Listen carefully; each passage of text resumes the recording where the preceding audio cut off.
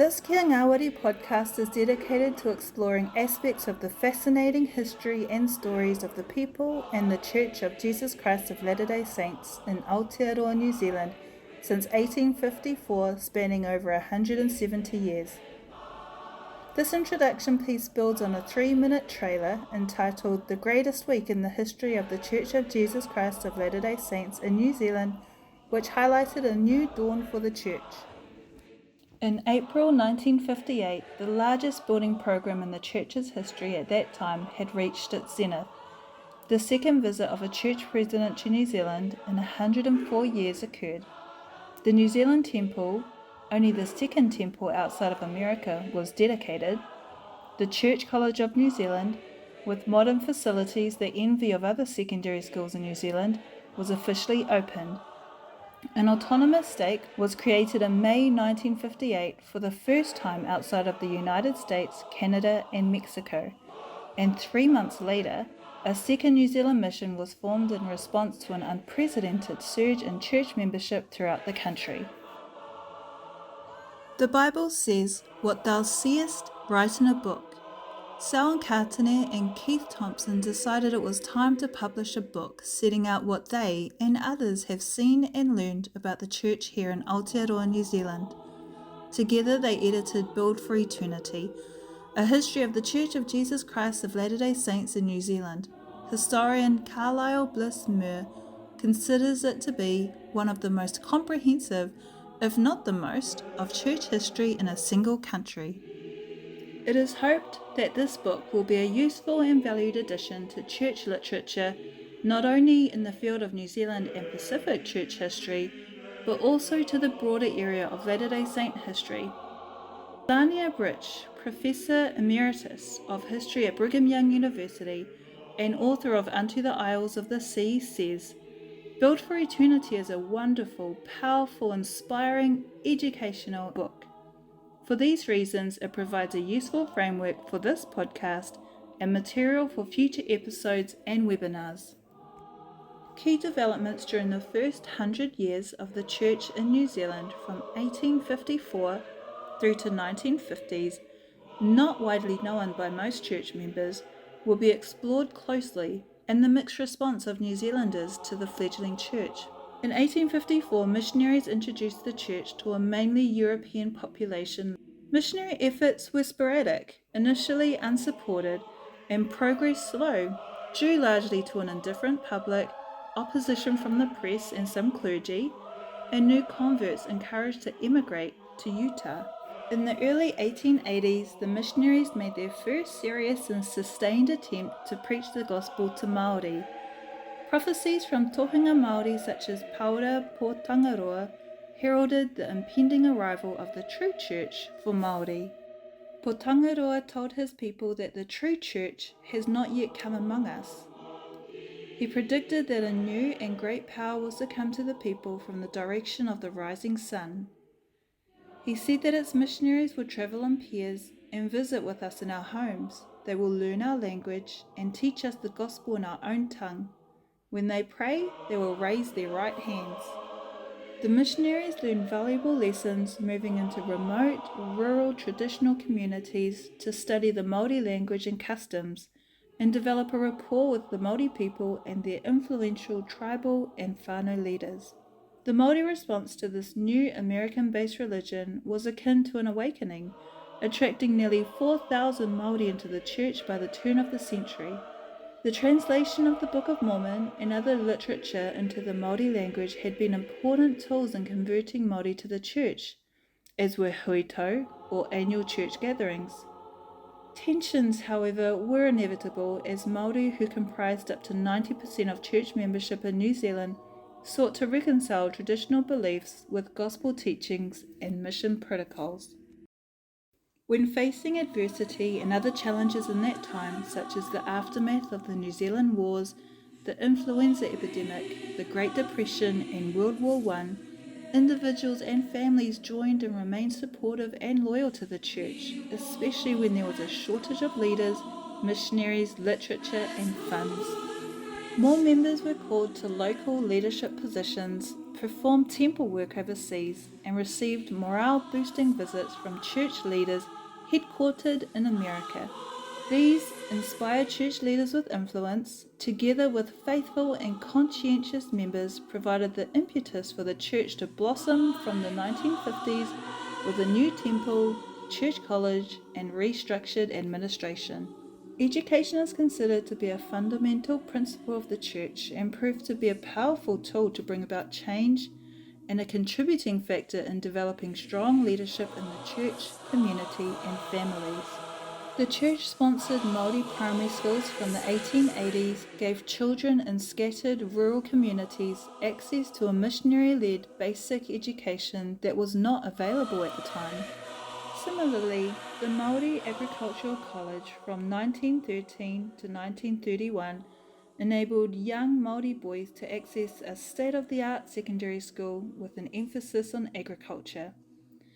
However, to succeed during challenging times, they needed to not only be schooled and well equipped with basic farming skills, but also to be creative and be role models able to inspire change in future generations.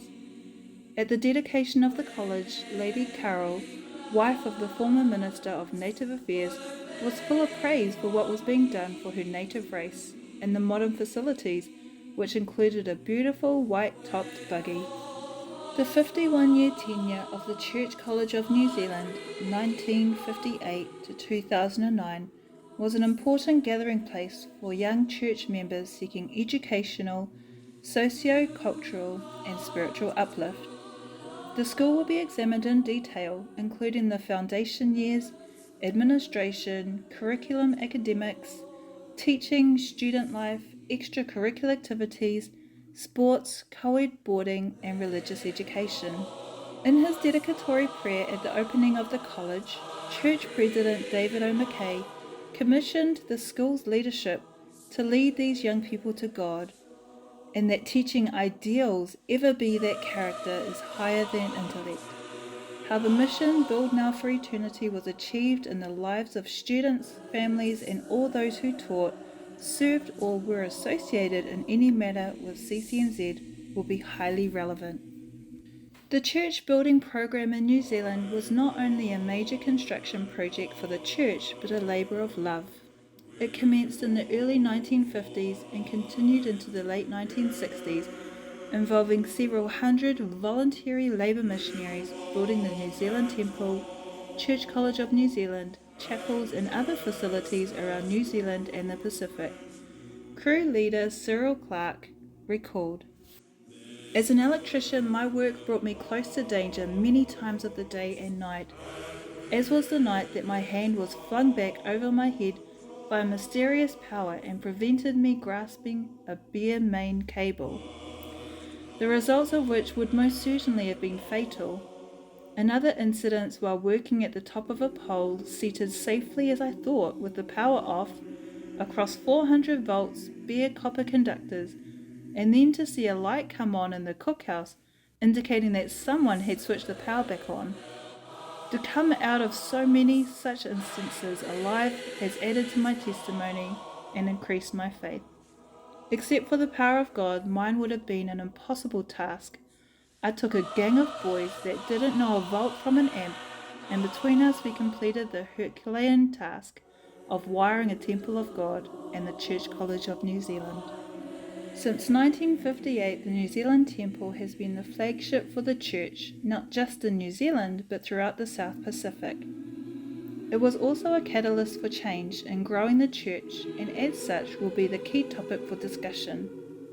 Of interest is the history of temples, their purpose, the impact of temples on the lives of church members, why performing temple work and researching genealogy and family history is of great importance, and the sacrifices family made in attending the temple.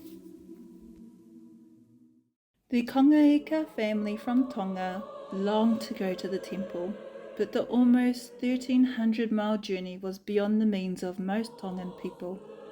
Philly and Louisa Karangatia were determined that their whole family would go. "We put a for sale sign on everything we owned, large and small," Louisa said. "Our frame house, our little cookhouse, and all they contained. When they couldn't sell their home altogether, they began selling the roofing, the stove, and the other furnishings. After selling all they owned, including Billy's bicycle and Louise's sewing machine, they finally had enough money to make the journey as a family. Missionary service is an integral responsibility of every church member. The doctrinal basis of missionary work is to preach and teach people with a view to baptizing and confirming them church members so they can be saved in the celestial kingdom. Of interest will be the changing roles of missionaries since their arrival in 1854. Pirapi Te Māori, a Wairarapa rangatira, noted there was something very compelling about the early Mormon missionaries he encountered in the 1880s. Two strange men came to our home. There was something very different about them from our ministers. We've been in the habit of building homes for our preachers and fed them a little better than the ordinary folks. But when these things were offered to these two preachers from a strange land, they said, "No, we are your fellow servants. We're here to do you service, your equals, not your superiors. Let us eat with you and of what you eat."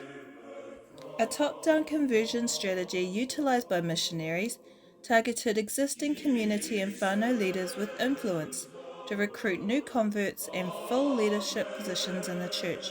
With the influx of converts to the church, leadership training and development existed as a significant need to assist the missionaries and lay leaders to administer ecclesiastical affairs, build leadership capability, and meet members' spiritual and temporal needs. It was also a time of the initial conversion to the church of members who later became the future leaders that formed the nucleus of leadership, thus preparing them for the time where autonomous stakes and missions would be organised in New Zealand. From the late 1950s through to the 1970s, a steady stream of American church leaders visited New Zealand to bless and teach the members and train the new executive leadership. This training was combined with the formation of local multicultural leadership presidencies wherein Māori and American congregational leaders learned from each other and mutually enhanced their leadership skills through practical administrative experiences. Collating, protecting and improving the accessibility of records, materials and other information of historical and socio-cultural significance for New Zealanders will also be dealt with. Church members have been a record-keeping people since the church was first organised.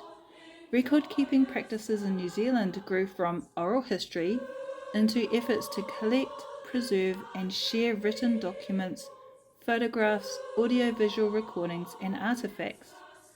Keeping and sharing records helps to inspire, connect and knit together in unity and in love. The important role and contribution of women in the church began with the first New Zealand converts, who were women, and continued into the 21st century. Women were at the forefront in helping their family adjust to new societal realities and challenges.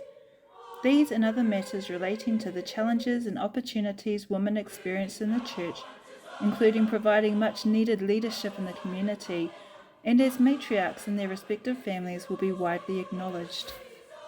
Polly Tarawhiti of Porirua, a fourth-generation church member, credited the longevity of her successful career to a lifetime of church training. "I don't think I would have been able to cope with all I've done without the training received in the church over the years. The church gives you confidence." Building on the decisive role that Māori played in the growth of the church from the 1880s through to the present day will be an important topic of conversation, as will themes of cultural resistance, influence, and transformation around Māori identity and politics. The 1960s and 1970s heralded an avalanche of societal changes, not just in New Zealand but overseas, that proved to be challenging for church leaders and members alike. Māori rights of self-determination were being asserted. Activists protested breaches of New Zealand's founding document, the Treaty of Waitangi, and a Māori Renaissance began. Māori church members were keen to be involved in those cultural initiatives, to embrace their cultural identity and live as Māori, as well as be responsible members of a worldwide church. The rangatira whatahoro jury exemplified being able to walk comfortably between both worlds. He was a highly respected land assessor, genealogy expert and chair of Paremata Māori, a national Māori political movement in 1892. At the same time, he was an inspirational patriarch and a spiritual leader for his whānau, hapu and iwi, who assisted in translating the Book of Mormon into Māori. His portrait, commissioned by church leaders, hung for a time in the Salt Lake and Manti temples. The developing influence of Pacific peoples in all facets of the church will be taken up with a particular focus on Auckland, home to 2/3 of the country's Pacific population. Pacific peoples' involvement in the church was evident from the early 20th century as Māori agricultural college students, then as labour and proselyting missionaries in the 1950s, and later more families settled permanently in New Zealand to take advantage of the temple and a Church College of New Zealand education for their youth. Case studies of the experiences of Pacific Island member families transitioning to New Zealand from the 1950s will be a point of discussion. A Samoan mother, Molly Samu, said, "We Latter-day Saint women should want to see our children become contributing adults. It can happen if we seek to obtain some of the virtues possessed by the men and women pioneers of the church, such as wisdom, service, and obedience to God." The church in a global context is a theme that will be of interest given the diaspora of New Zealanders abroad, in particular to Australia, Hawaii, and the United States. Generations of New Zealand church members, including the Whanga, Going, and Elkington families, have left a tangible and unique impression on the global church in various ways. Although difficult to measure, a worthwhile aim would be to quantify that effect by focusing on how the church in New Zealand and its members have impacted the work of gathering Israel throughout the world. Consideration will be given to current and future challenges and prospects of the church in New Zealand, including demographic changes of the church membership. Population analysis has shown the emergence of a new Asia-Pacific balance and church membership changing from rural origins to a largely urban presence. The implication of what church membership might look like in the coming years and the challenges resulting from New Zealand's increasingly multicultural society and modern anti-religious pressures will be observed closely. As we become increasingly isolated from our pioneer forebears and past historical events and places, there will be a pressing need to connect the past with present and future generations. Despite a surging interest in family history and oral traditions, there remains a relative lack of information, stories, and past experiences of people about the early church. People with lived experiences pass away. Oral stories are lost. Individuals' memories fade by the day, and families fail to record their stories. Those stories and experiences need to be treasured, preserved, and shared so that the future of our children and grandchildren can be assured. The Kia Ngawari Podcast is dedicated to exploring the history and stories of the people in the Church of Jesus Christ of Latter-day Saints in Aotearoa, New Zealand, and in so doing will be a focus for and provoke interest in promoting and disseminating that information.